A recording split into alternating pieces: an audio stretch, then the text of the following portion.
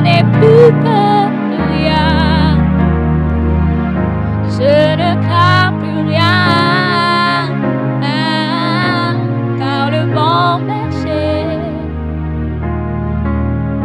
est de mon côté. Même les ténèbres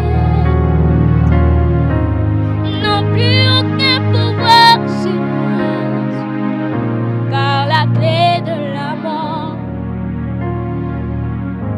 c'est mon maître qui la tient. Quand il me tient la main, nous fonçons droit dans l'armée de l'ennemi. Et le grand Goliath se retrouve par terre. Lui seul me suffit. Lui seul est tout pour moi. Et quand je ne sais comment lire, je me mets à chanter. L'Éternel est bon. L'Éternel est bon. L'Éternel, l'Éternel est bon. Il est bon pour moi. Il est bon pour moi. Vas-y, chante avec moi, l'Éternel. L'Éternel est bon. L'Éternel est bon. L'Éternel est bon. L'Éternel est bon. L'Éternel est bon. Oh, il est bon. Il est bon pour moi. L'Éternel, l'Éternel est bon. L'Éternel est bon. L'Éternel est bon. L'Éternel est bon. L'Éternel, l'Éternel est bon. L'Éternel est bon. Oh, il est bon. Il est bon pour moi. L'Éternel est bon. L'Éternel L'Éternel est bon. L'Éternel est bon. L'Éternel est bon. L'Éternel est bon. Oh, il est bon. Il est bon pour moi. Chantez avec moi. L'Éternel est bon. L'Éternel est bon. L'Éternel est bon. L'Éternel est bon. L'Éternel est bon. L'Éternel est bon. Oh, il est bon. Il est bon pour moi. L'Éternel est bon. L'Éternel est bon. L'Éternel est bon. L'Éternel est bon. L'Éternel est bon. L'Éternel est bon. Oh, il est bon, il est bon. Il est bon pour moi. Si bonté divine, son amour parfait, ses empreintes d'en haut font ma différence. Je ne suis qu'une fille et lui il est mon papa, papa, papa. On regarde bien, j'ai les traits du roi. Lui seul me suffit. Lui seul est tout pour moi. Et quand je ne sais comment lire, je me mets à chanter. L'Éternel est bon. L'Éternel est bon. L'Éternel est bon. L'Éternel est bon. L'Éternel est bon. L'Éternel est bon. Il est bon. Il est bon pour moi. Il est bon pour moi. L'Éternel est bon. L'Éternel est bon. L'Éternel est bon. L'Éternel est bon. L'Éternel, l'Éternel est bon. L'Éternel est bon. Oh,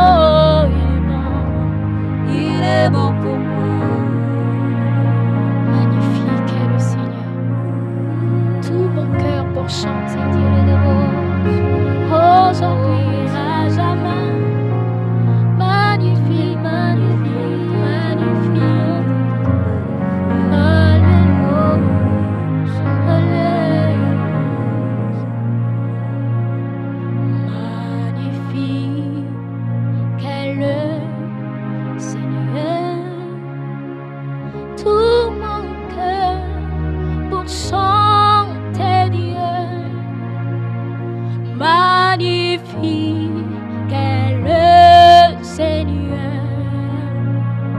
Alléluia, Alléluia. Magnifie, Magnifie, magnifie qu'est le Seigneur.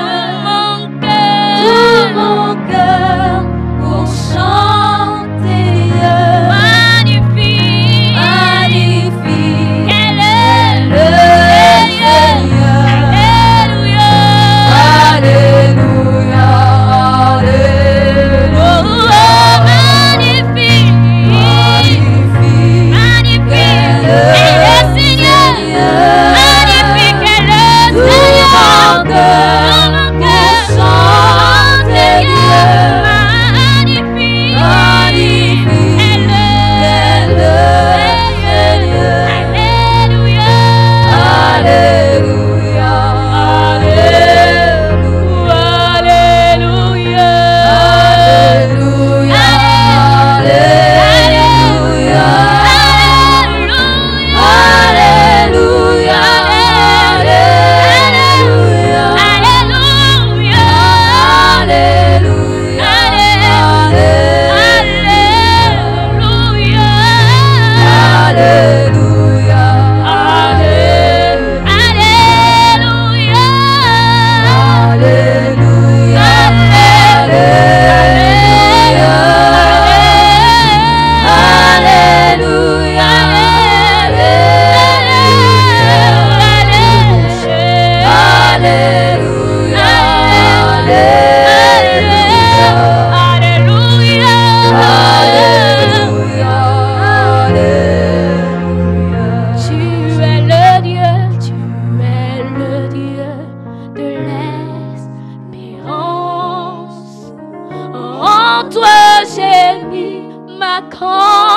confiance et tu as changé ma vie.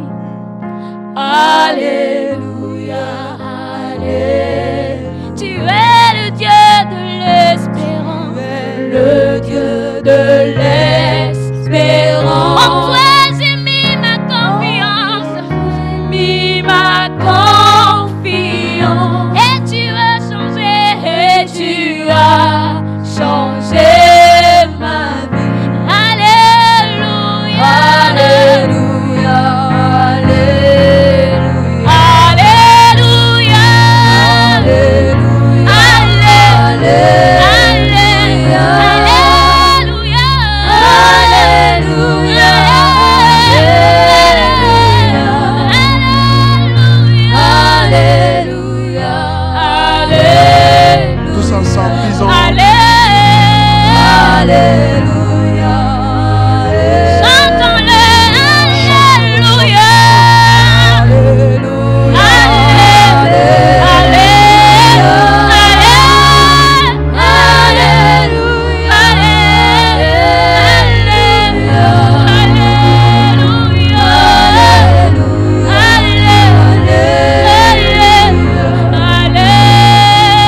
Alléluia, Nous voulons te rendre grâce, notre Dieu. Nous voulons bénir ton nom, Seigneur. Nous voulons, Père éternel, encore, oh Dieu, te dire notre reconnaissance. Ce matin, tu es formidable, le Dieu de grâce, qui nous donne, Père, de communier avec toi par ton esprit. Bénis des milliers de personnes qui nous suivent à partir de ce direct. Ceux qui sont dans des maisons, dans des bureaux, dans des différents endroits.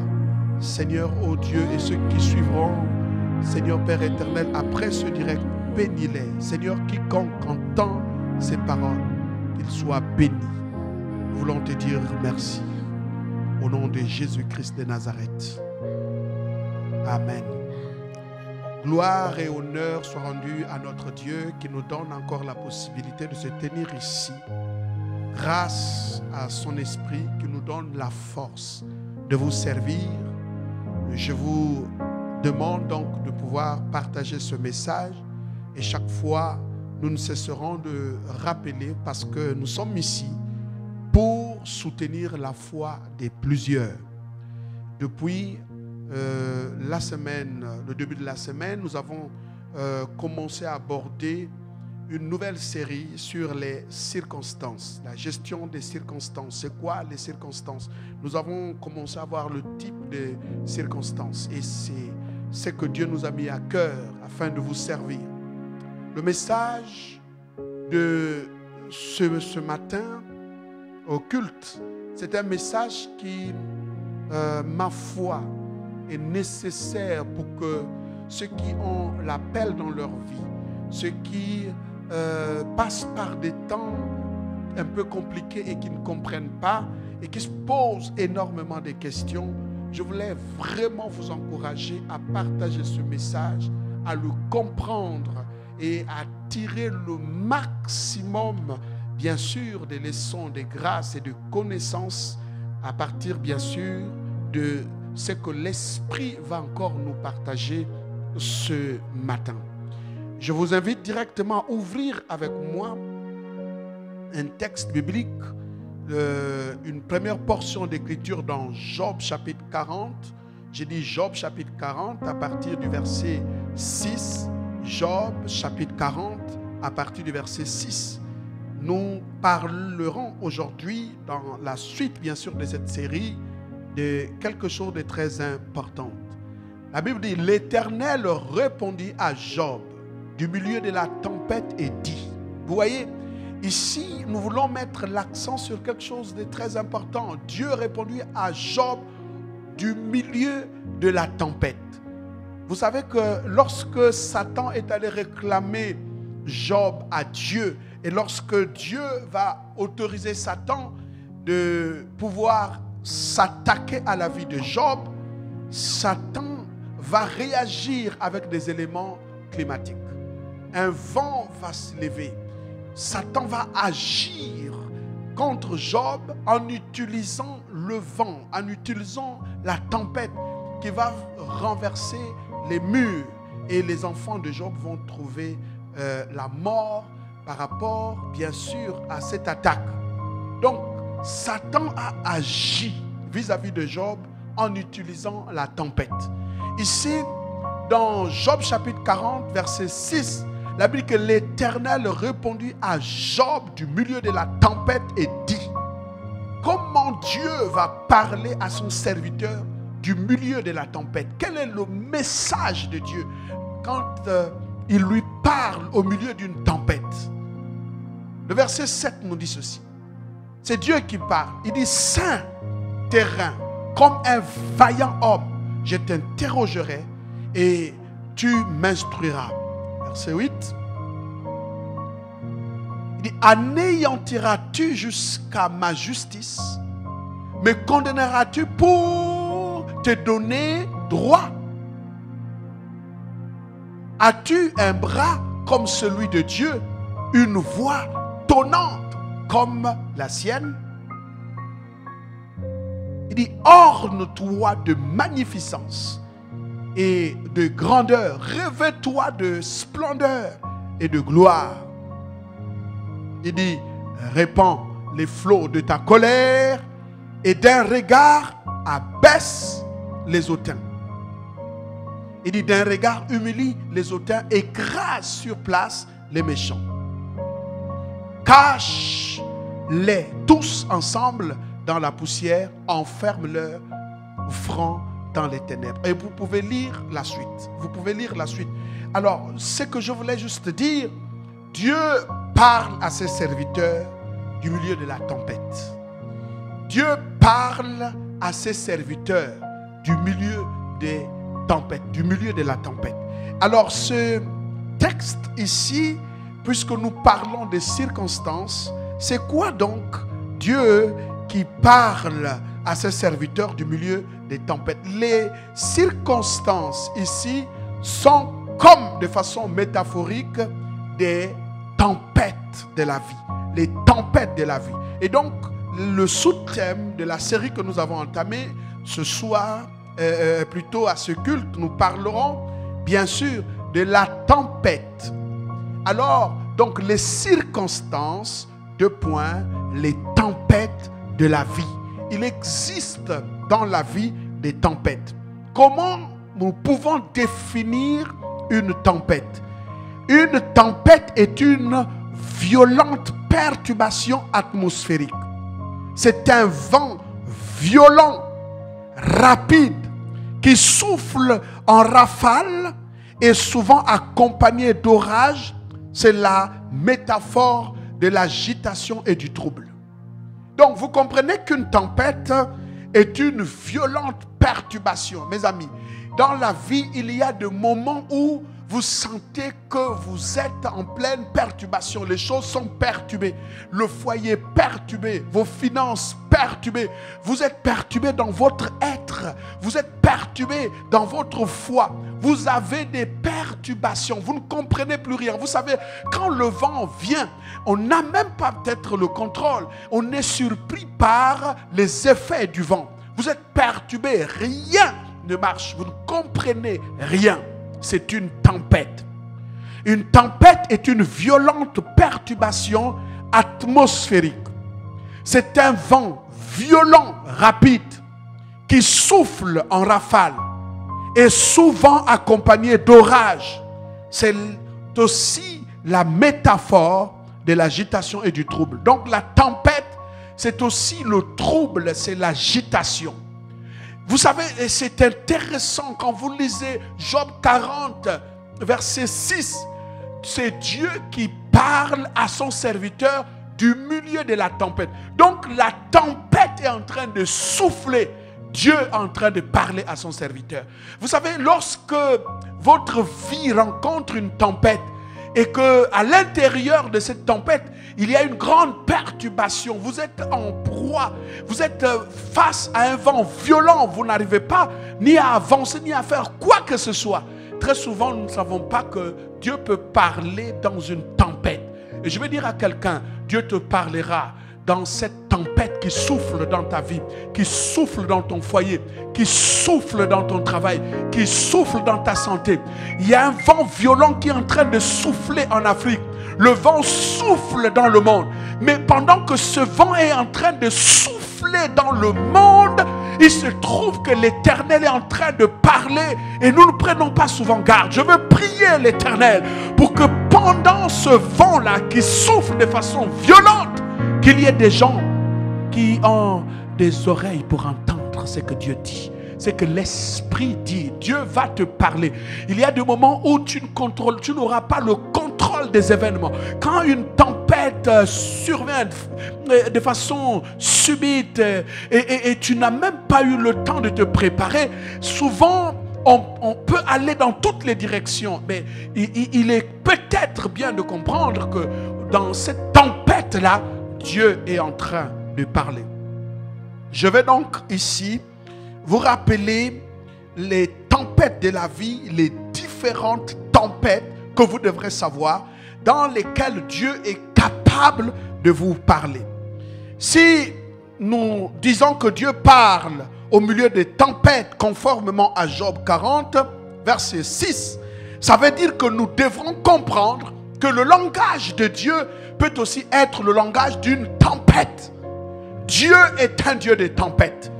Dieu est celui qui nous conduit comme l'aigle et qui nous lance dans les vents violents. Et comme nous avons la caractéristique de l'aigle, nous devrons savoir se comporter face à des différentes tempêtes de la vie. Elles sont nécessaires. Les tempêtes viennent pour fortifier, rassurer et peut-être propulser. Mais vous devrez savoir vous comporter par rapport à ces différentes tempêtes, my God. Je suis en train de percevoir dans mon esprit qu'il y a des aigles qui vont voler, et qui vont reprendre la course, qui vont renouveler leur force et qui prendront de l'envol comme de l'aigle, qui ne vont pas se fatiguer parce que ce vent violent vient comme pour les révéler au monde. Vous êtes un aigle, mais vous irez loin et vous devrez savoir dans quel vent l'Éternel va vous propulser. les différentes tempêtes de la vie. Il existe ici une attitude que nous devrons savoir. Une tempête peut se caractériser dans la vie de quelqu'un par une maladie, par la perte des finances, la perte des amis, la perte des parents, peut-être le rejet, peut-être un sentiment d'inconfort, manque de paix, trouble. Il y a des situations qui viendront de façon à vous montrer, vous éprouver de façon forte. Ce sont des tempêtes dans la vie. Dans une tempête de la vie, l'aigle apprend à déployer ses ailes. Oh my God, my God, my God. Je voudrais encourager les aigles. Je voudrais dire à quelqu'un, les circonstances de la vie, c'est un langage de Dieu pour des élus de Dieu, pour des gens qui ont un appel, qui ont une destinée. Vous devrez comprendre ce que Dieu est en train de vouloir te dire. Donc je veux parler peut-être de 3 types de tempêtes et de 3 attitudes que vous devrez donc avoir face à ces tempêtes. La première tempête que vous devrez savoir, si les circonstances sont comme des tempêtes spirituelles, alors il y a aussi une attitude que vous devrez savoir mettre en place par rapport à ces tempêtes. Et donc, il existe 3 tempêtes spirituelles dans la vie d'un homme. 3 tempêtes spirituelles, des circonstances. 3 tempêtes spirituelles. La première tempête spirituelle, est une tempête de combat, où vous devrez manifester une attitude de combat et de résistance. Donc, dans cette première tempête-là, vous devrez résister à la tempête. Il y a des tempêtes, vous devrez apprendre à résister. Jésus a donné une métaphore, il a donné, comment dirais-je, des exemples comme ça dans la Bible, sous forme de sagesse. Il a dit que personne ne peut bâtir sa maison en fait sans tenir compte des éléments climatiques. Pour paraphraser, en d'autres termes, quand je construis ma maison, je dois savoir que en construisant ma maison, il faut qu'elle soit prête à résister aux tempêtes qui vont arriver. Je vais dire à quelqu'un, quand tu construis ta vie spirituelle, quand tu veux construire un projet, quand tu reçois la vision de la part de Dieu, tu dois savoir qu'il y a des tempêtes auxquelles tu dois faire face. Et quand tu fais face à ces tempêtes, tu as 3 attitudes. La première attitude, il y a des tempêtes qu'il faut résister, parce qu'elles viendront ici essayer l'efficacité de ce que tu es en train de bâtir. Dans une relation amoureuse, dans une relation, comment dirais-je, ministérielle, dans un projet, dans une vision, il y a des tempêtes que Dieu envoie. Dieu te parlera dans une tempête, mais tu dois apprendre à résister à ces tempêtes-là. Pourquoi ? Parce que la première tempête vient pour essayer la résistance, la force de ce que tu es en train de bâtir. Pour voir si l'édifice tiendra avec le temps. Pour voir si tu es capable d'avancer. Donc, ces tempêtes-là, tu dois faire face à cela. Tu dois résister à ces tempêtes. Tu dois combattre. Prenons Jacques, chapitre 4, verset 7. Pendant qu'on me prépare, Exode 17, 8. Il y a des gens qui se lèveront un matin dans ta vie et qui vont vouloir t'attaquer. Et là, il faut que tu te lèves. Il y a des situations qui se lèveront. Il faut que tu te lèves pour faire taire ces situations. C'est donc une mentalité de combativité, de quelqu'un qui ne baisse pas les bras et qui ne fait pas comme l'autruche. Il y a des choses, Dieu veut que tu les combattes pour sauvegarder ta destinée. Vous savez, la Bible dit, soumettez-vous donc à Dieu, résistez au diable et il fuira loin de vous. Mes amis, il y a des choses qui pourront fuir loin de vous si vous les résistez. Si vous leur résistez, je voulais dire. Vous savez qu'il y a des choses, quand Dieu envoie, ils ne changeront. Il y a des vents qui ne changeront pas de direction, qui viendront tout droit sur ce que tu es en train de bâtir, tout droit sur ce que tu penses que tu dois. Non, ces vents-là, quand ils viendront sur toi, il faut que l'édifice résiste à cela. Résister au vent, résister aux tempêtes du diable, eh bien, il fuira loin de vous. Et donc, la première attitude face à cette première tempête de la vie, il faut apprendre à résister. Vous devrez résister à certaines personnes. Vous devrez apprendre à résister aux hypocrites. Parce que votre destinée passe par là. Si vous n'apprenez pas à résister à ces tempêtes, et vous serez écrasé. Pourquoi? Parce que ce sont des tempêtes conçues pour que vous puissiez leur résister. Parce que là, c'est la force du caractère. Vous devrez apprendre à résister. Résister à vos ennemis. Résister à ce qui vient vous nuire. Vous dormez la nuit et vous sentez que vous êtes en train de mener une lutte. Lèvez-vous, commencez à combattre pour que cette tempête change de direction pour vous laisser libre. C'est cela le caractère que vous devrez développer face aux tempêtes qui viennent dans le seul but de vous essayer. Et quand elles viennent sur vous, il faut que la tempête se dise: je ne reviendrai plus au souvenir du combat. Vous devrez avoir une mentalité de conquérants, mentalité de vainqueurs, mentalité de gens qui rentrent dans un domaine de combativité, des gens qui regardent l'ennemi en face et qui peuvent résister à leur ennemi. Pourquoi? Parce que si tu fuis, tu ne vas pas t'en sortir, parce que c'est par là que tu dois passer. Et si c'est par là que tu dois passer, tu dois résister. La Bible dit: soumettez-vous à Dieu. Soumettez-vous donc à Dieu, mais résistez au diable et il fuira loin de vous. Le diable ne fuira pas loin de vous s'il ne sent pas en vous quelqu'un qui est déterminé à lui résister. Il faut que les Africains apprennent à résister quelquefois quand ils sont humiliés par des Occidentaux. Il faut qu'ils résistent. On ne peut pas penser qu'on peut développer un pays si sur le plan diplomatique, il n'y a pas un rapport de force. Si vous êtes mal reçu à l'étranger, eh bien, il faut accepter aussi que vous pouvez aussi mal recevoir. Parce que la loi de la diplomatie doit être une loi d'équilibre. C'est très important.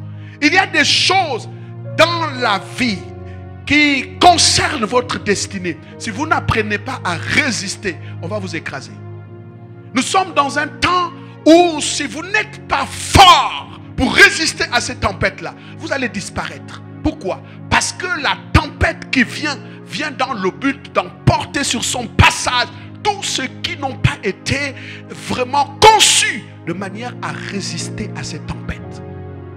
Tu es jeune, je ne sais pas, tu es, comment dirais-je, vieillard, je ne sais pas dans quelle tranche d'âge tu te trouves. Il faut développer. Vous savez qu'il y a des gens qui viennent dans l'église, même qui viennent autour de vous, dans le but de vous renverser. Si vous ne pouvez pas leur parler en face, pour leur dire vous devrez changer, ou alors nous arrêtons cette coopération, ils ne comprendront rien.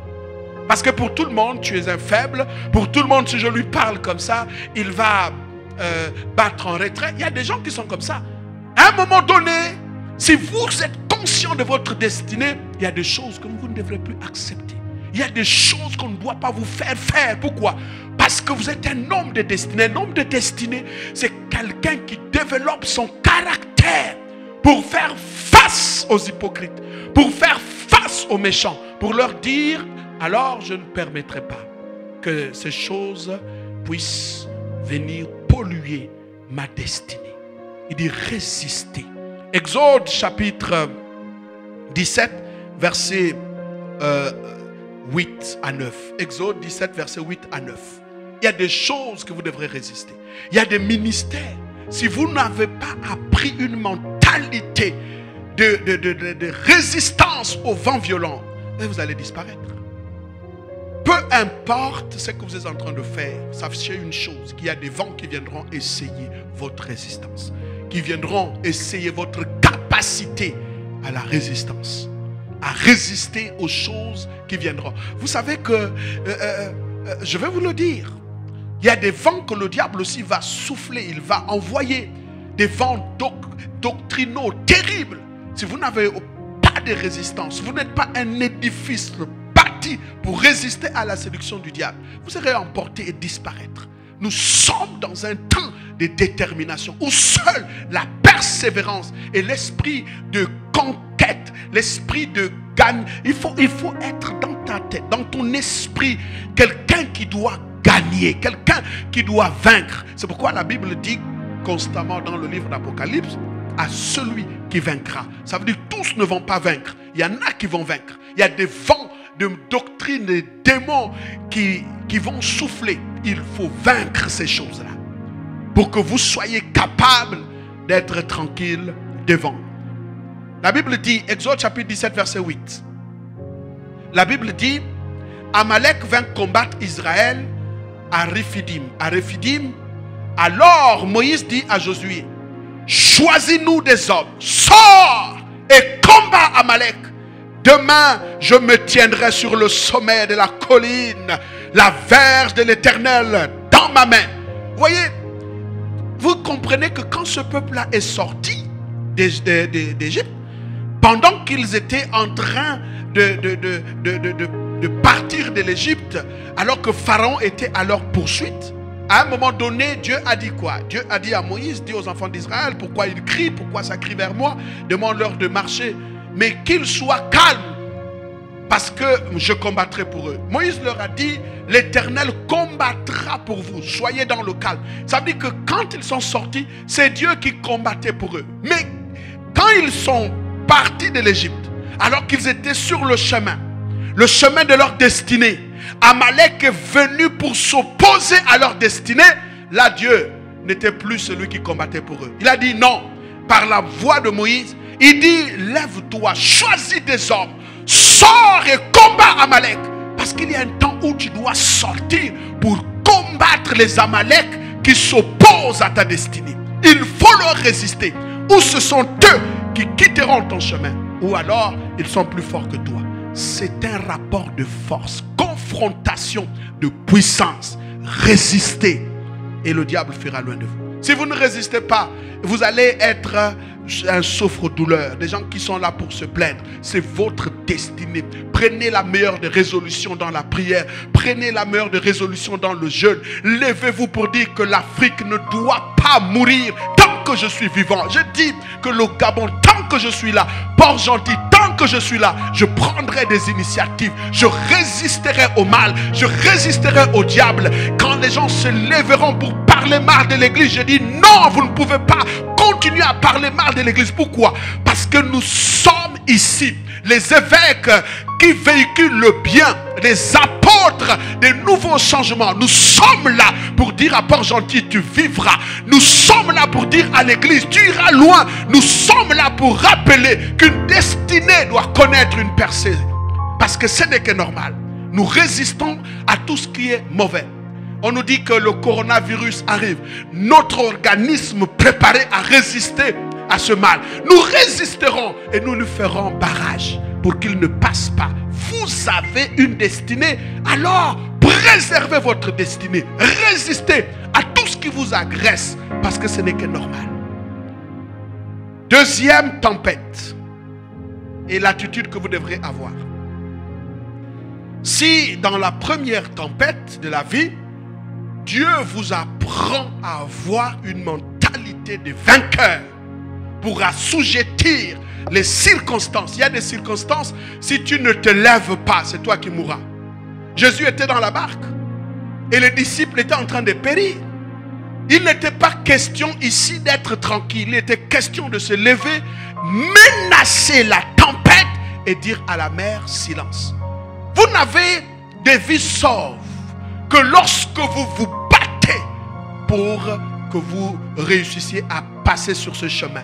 Le diable va vous barrer le chemin du succès. Il va barrer le chemin de votre percée. Il va barrer le chemin de votre destinée. Il va essayer de s'opposer.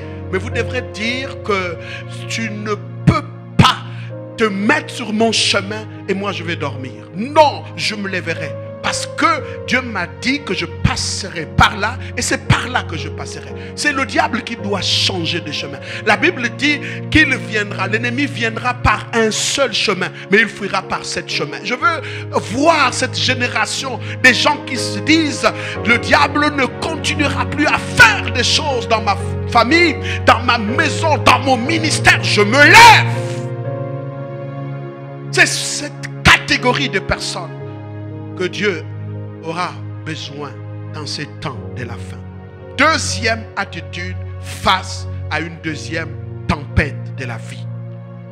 Deuxième tempête de la vie est une tempête de sagesse et d'intelligence pour en aborder. Cette tempête-là, c'est une tempête où on évite.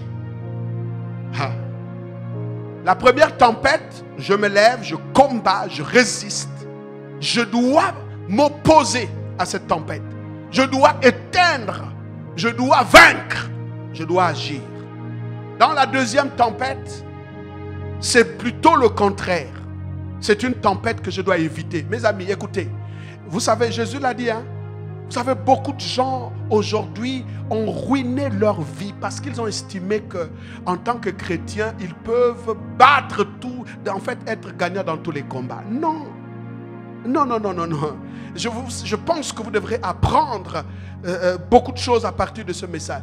Il y a des vents qui sont plus forts que vous. Il y a des tempêtes qui sont plus fortes que vous. Quand vous sentez que cette tempête-là, je ne peux pas faire face, qu'est-ce qu'on fait? On évite. David venait de prendre la royauté et puis il sentait qu'il y a des choses absolument qu'il fallait revoir. Les enfants de Saoul, de Tsérouja étaient plus forts que David. David dit, je ne peux pas leur faire la guerre parce que ces enfants sont encore plus forts que moi. Il faut que je capitalise d'abord ma force avant de faire face. Il y a des ministères qui ont été ruinés. Il y a des vies qui ont été ruinées. Il y a des destinées qui ont été chamboulées, qui ont volé en éclats. Pourquoi? Parce qu'il y a eu de la prétention. Ils se sont dit, on peut faire face à cette tempête. Il y a des tempêtes, mes amis, tu ne feras pas face. Mais plutôt, tu dois éviter ces tempêtes-là. Parce que quand tu sais que tu n'es pas encore fort pour résister à cette tempête, il vaut mieux l'éviter. C'est l'attitude qui s'y est. Regardez, ouvrons ensemble. Je vais lire un certain nombre de textes. Même Dieu donne la sagesse à ses serviteurs. 1 Roi chapitre 17 verset 3. Le psaume 57 verset 1. Il y a des tempêtes dans la vie. Vous ne devrez pas faire face. Il y a des combats qui ne sont pas nécessaires pour vous. C'est des combats pour des années futures. Des combats des années futures. Ne les faites pas ici. Ne les faites pas déjà. Sinon vous allez finir très vite hors sujet. Vous allez être détruit. Il y a des combats qui ne sont pas d'abord des combats du moment. Vous savez, l'intelligence de savoir, est-ce que même David, regardez, my God, David n'allait pas en guerre sans consulter Dieu. La première chose que David faisait, il consulte Dieu. Il dit, est-ce que je peux aller en guerre? Est-ce que je peux poursuivre? Dieu dit, poursuis. Si je poursuis, est-ce que je vais les rattraper? Dieu dit, oui, tu vas les rattraper. Est-ce que je vais les battre? Jusqu'à ce que Dieu lui donne toute l'assurance. Et là, il peut combattre. Pourquoi? Parce que tous les combats qui viennent dans ta vie, il y en a que tu dois éviter. Il y a des amitiés que tu dois éviter parce que tu vas faire une relation, après tu auras du mal. Pourquoi? Parce que ça va te dépasser. Ça va te dépasser. Et c'est pourquoi tu dois apprendre de cet enseignement-là. Que toutes les tempêtes qui viennent, il y a des tempêtes où tu peux émettre de la résistance. Mais il y a d'autres, il vaut mieux éviter. C'est ça la sagesse. Regardez ce que la Bible dit. Dieu dit à son serviteur Élie, qui était quelqu'un qui a fait un exploit. Mais il dit à Élie, pars d'ici, dirige-toi vers l'Orient et cache-toi près du torrent de Kérit qui est en face du Jourdain. Dieu dit, cache-toi. En d'autres termes, fuis. Tu ne peux pas. Là, Dieu a dit à Élie, mais vous savez, le contexte, c'est que Jézabel était en colère contre Élie. Et donc, quand Jézabel était en colère contre Élie, Dieu lui a dit, écoute Élie, mais la seule chose pour que tu as une destinée, tu as un grand ministère. Il y a des gens, vous savez, c'est un manque de sagesse pour certains serviteurs de Dieu qui pensent que comme ils ont l'onction du Saint-Esprit, ils sont forts, ils se sentent un peu forts et ils pensent qu'ils peuvent détruire tous les démons. Non! Vous avez la force sur les démons, j'en suis sûr. Mais il y a des combats, il faut attendre que Dieu te donne le go. Sinon, tu ne vas pas t'en sortir. Il y a beaucoup de maladies, il y a beaucoup de cas. Il y a même des serviteurs de Dieu qui sont morts. Pourquoi? Parce qu'ils sont entrés dans des combats qui n'étaient pas les leurs. Et ça, c'est mal. Dieu dit, pars d'ici. Il y a des endroits, quand Dieu te dit, pars. Si tu résistes, si tu restes là, cette tempête-là va t'emporter. Combien sont devenus des païens aujourd'hui? Combien sont devenus des escrocs dans le monde? Combien sont partis et qui se sont refroidis par rapport à la foi? C'est parce qu'ils ont eu de la prétention, tout simplement. Or, le ministère est une affaire de sagesse. Il y a des endroits, si Dieu dit n'entre pas, il ne faut même pas essayer. Si Dieu dit quitte cet endroit, pas, ce n'est pas de la faiblesse, mais c'est de la sagesse. Pourquoi? Parce que le même Dieu qui est capable de te donner la force, c'est celui-là qui te dit quitte, va te cacher. Il y a des moments dans votre vie, il faut savoir se cacher. Ce n'est pas à tout moment qu'on s'expose. Non, non, non, non, tu vas partir avant le temps. Je vois des jeunes qui s'amusent à faire des messages sur les réseaux sociaux. C'est peut-être très tôt. Ce n'est pas que vous ne devrez pas le faire, mais ce n'est pas nécessaire pour toi encore aujourd'hui. Parce que le vent des réseaux sociaux peuvent t'emporter loin. Il y a des choses, il faut attendre le temps de Dieu. Il ne faut pas les provoquer et après tu seras incapable de gérer ça. Ah non! Parce que ce n'est pas nécessaire d'entrer dans les combats avant le temps. Il y a des tempêtes. Il faut avoir de la maturité, la sagesse pour savoir est-ce qu'une telle tempête je peux faire face. Si je ne peux pas faire face avant que la ruine ne soit importante, je vais quitter, savoir me cacher. La sagesse, c'est aussi savoir. Quand tu sens que ça c'est trop fort, plus fort que toi, la sagesse veut que tu te caches. Comment vous pouvez expliquer que Dieu dise à son serviteur, il venait de faire descendre le feu du ciel, plus de 850 prophètes, 450 prophètes d'Astarté, 400 prophètes de Baal, tous réunis au même endroit. Il les a tous défiés. Le feu est descendu du ciel. Il a ordonné qu'on les tue plus tous. Mais une seule femme, quand elle a dit demain je ferai de toi ce que tu as fait aux autres, l'homme a barré. Pourquoi? Mais écoute, quand il arrive, Dieu lui dit, qu'est-ce que tu fais ici? Tu fais quoi ici? Ça veut dire que tu es à un endroit où je ne peux même rien faire. Il dit non, mais j'ai déployé mon zèle et puis tout ça là et tout, on est à ma poursuite. Dieu ne l'a pas renvoyé, hein. Il dit bon, repars là-bas. Il dit non. Il dit va te cacher. Il dit, et vous savez, la prétention. Et là, quand il dit au prophète, le contexte est le contexte d'une grande famine. Il dit va te cacher. Il dit, je t'envoie à tel endroit, va te cacher. Regardez le verset 4. Le verset 4, il dit, tu boiras de l'eau du torrent et j'ai ordonné au corbeau de te nourrir là. Pourquoi? Parce qu'il y a un moment donné, quand c'est Dieu qui te cache, il te nourrit à cet endroit-là. Pourquoi? Parce que c'est lui qui t'a caché.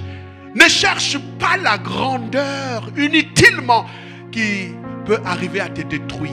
Sagesse veut qu'à un moment donné, que personne ne te voit, mais Dieu te nourrit en secret. Parce que quand Dieu t'a nourri là en secret, il y a un temps où tu dois te cacher. Le même Dieu qui te cache, il sait pourquoi. Parce que les tempêtes, tu ne peux pas supporter. Quand Dieu te cache, accepte que ce Dieu qui te cache, il le fait par sagesse. Regardez, ce Dieu magnifique et sage. 1 Roi chapitre 18 verset 1 à 16. 1 Roi 18 verset 1 à 16. 1 Roi 18. Toujours. On va juste basculer. Il dit, bien des jours s'écoulèrent et l'Éternel, et la parole de l'Éternel fut ainsi adressée à Élie dans la 3e année. Il dit, va, présente-toi devant Akab. Oh, mais c'est lui qui avait dit, va te cacher. Il dit, quand le temps est arrivé, tu peux maintenant t'exposer devant Akab.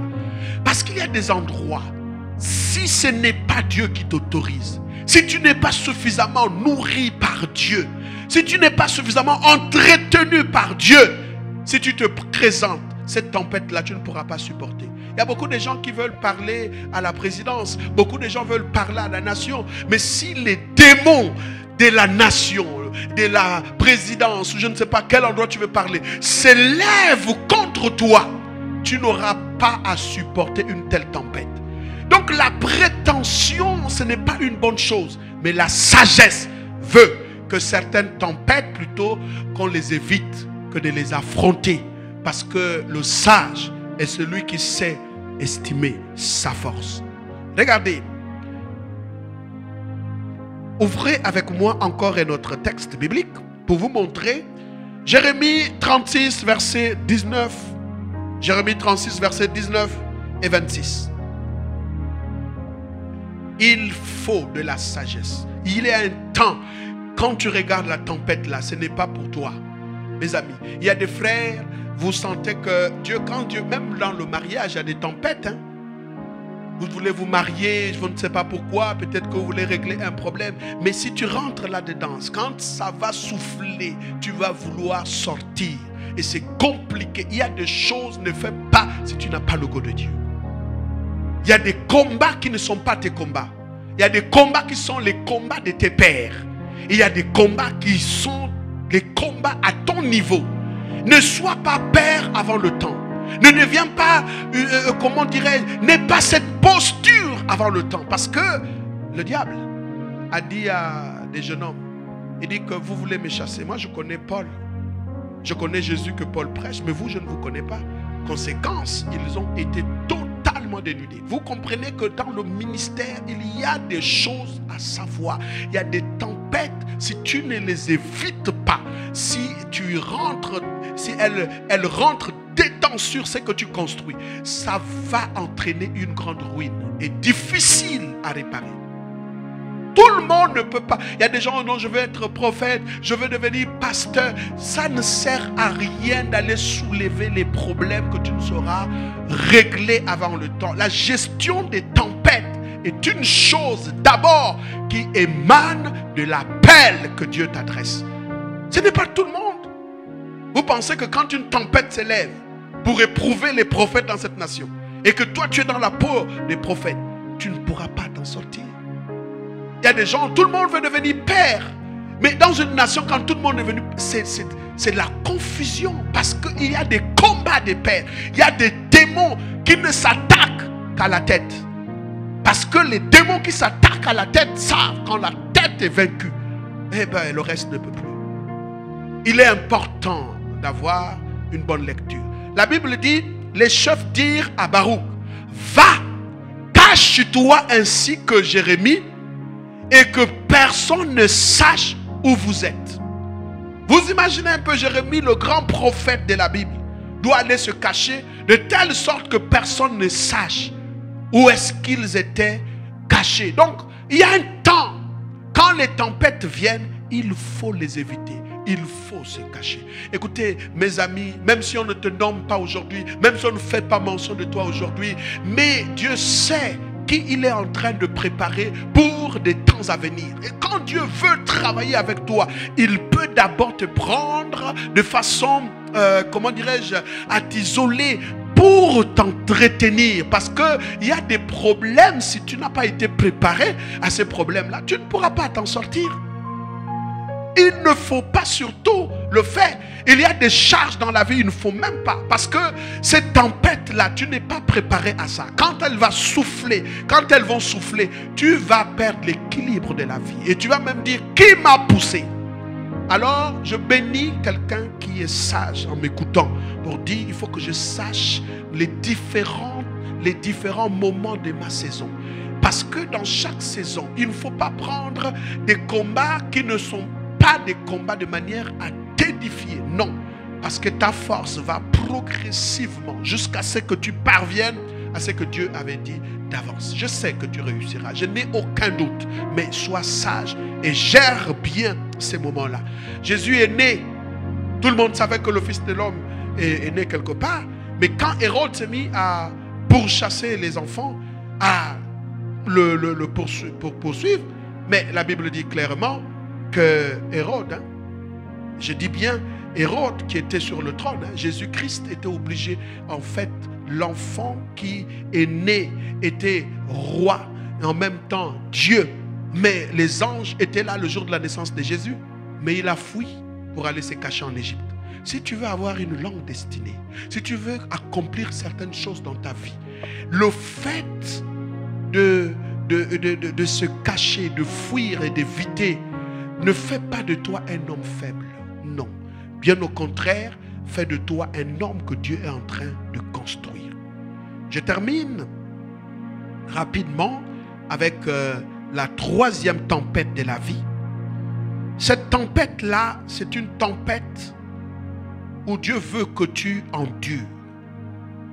Alléluia. La troisième tempête, c'est une tempête que tu dois endurer. Et au cours de cette tempête-là, tu dois accepter certaines choses dans ta vie. La tempête que tu dois endurer.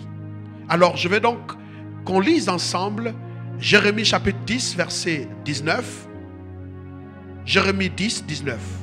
Et puis Ézéchiel 3, 8 à 9. La Bible dit, malheur à moi, je suis brisé, ma plaie est douloureuse. Mais je dis, c'est une calamité qui m'arrive, je la supporterai. Ça, c'est des tempêtes où Dieu veut que tu supportes l'injustice. Quand ton droit est bafoué, il y a des choses qui arrivent et tu sens que ça veut te révolter. Dieu veut voir ta capacité à supporter certaines choses dans la vie. Pourquoi? Parce que Dieu te prépare à atteindre d'autres dimensions. Et donc, cette tempête-là, tu ne dois ni l'éviter, tu ne dois ni la combattre, mais tu dois subir. Vous voyez? Et ça, c'est le plus difficile. Jésus, par exemple, il fallait qu'il subisse la croix avant l'élévation. Dieu l'a souverainement élevé, mais il devrait d'abord passer par l'obéissance parfaite. Mais quelle obéissance qui l'a amené à la mort à la croix. Vous savez, parfois, Dieu peut envoyer des gens pour vous humilier, pour savoir ce qui est à l'intérieur de vous. Votre capacité à donner gloire à Dieu quand vous subissez certaines choses. Là, qu'est-ce que Dieu fait? Ce sont des tempêtes qui viennent pour te briser. Il y a des gens qui ne sont pas brisés du tout. Leur orgueil est encore là.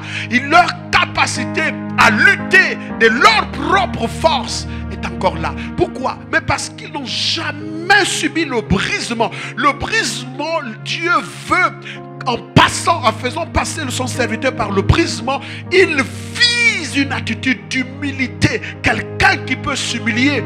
Quelqu'un qui ne va pas un jour prendre la gloire de Dieu.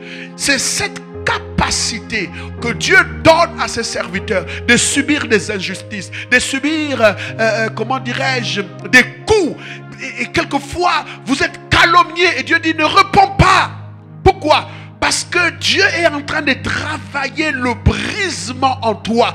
Dieu a tellement brisé les Africains, mais que même demain, quand Dieu va utiliser ce continent-là, nous avons une attitude qui peut plaire à Dieu. La capacité de pardonner celui qui vous a fait du mal. Quelqu'un qui vient de te trahir, il faut pardonner. Pourquoi? Parce que quand Dieu te brise de l'intérieur, quand tu lèves tes mains pour adorer Dieu, waouh, combien il peut sentir la vérité dans ton adoration. C'est une tempête. Tu ne luttes pas, mais tu subis. Nous en parlerons. C'est là où Dieu tue des choses en nous. C'est là où Dieu brise un certain nombre de comportements. Mes amis, je voulais justement m'arrêter là pour ne pas paraître lent et vous prier de vous lever. De là où vous êtes, je veux que vous regardiez à quel niveau de votre vie avez-vous fait des erreurs. Dieu veut que nous puissions comprendre qu'il est prêt à nous parler au milieu d'une tempête. Nous devrons savoir, 1, cette tempête-là, dois-je résister? 2, cette tempête, dois-je l'éviter? 3, cette tempête, vient-elle pour me briser? Comme Dieu pouvait briser Job et qu'à la fin il a compris que Dieu peut tout. Quels sont des gens aujourd'hui qui servent Dieu étant brisés de l'intérieur pour donner un parfum d'amour, un parfum qui chante pour Dieu, un parfum d'une odeur agréable? Est-ce que nous pouvons chanter un parfum qui chante, un parfum qui danse? Et je veux que tu pries, étant debout de là où tu te tiens, dire: Seigneur, où est-ce que je ne me suis pas senti brisé? Où est-ce que tu ne m'as pas brisé? Quel est l'orgueil? Quelle est la chose qui vole encore ta gloire aujourd'hui? Alors, j'ai compris que cette tempête me brise de l'intérieur.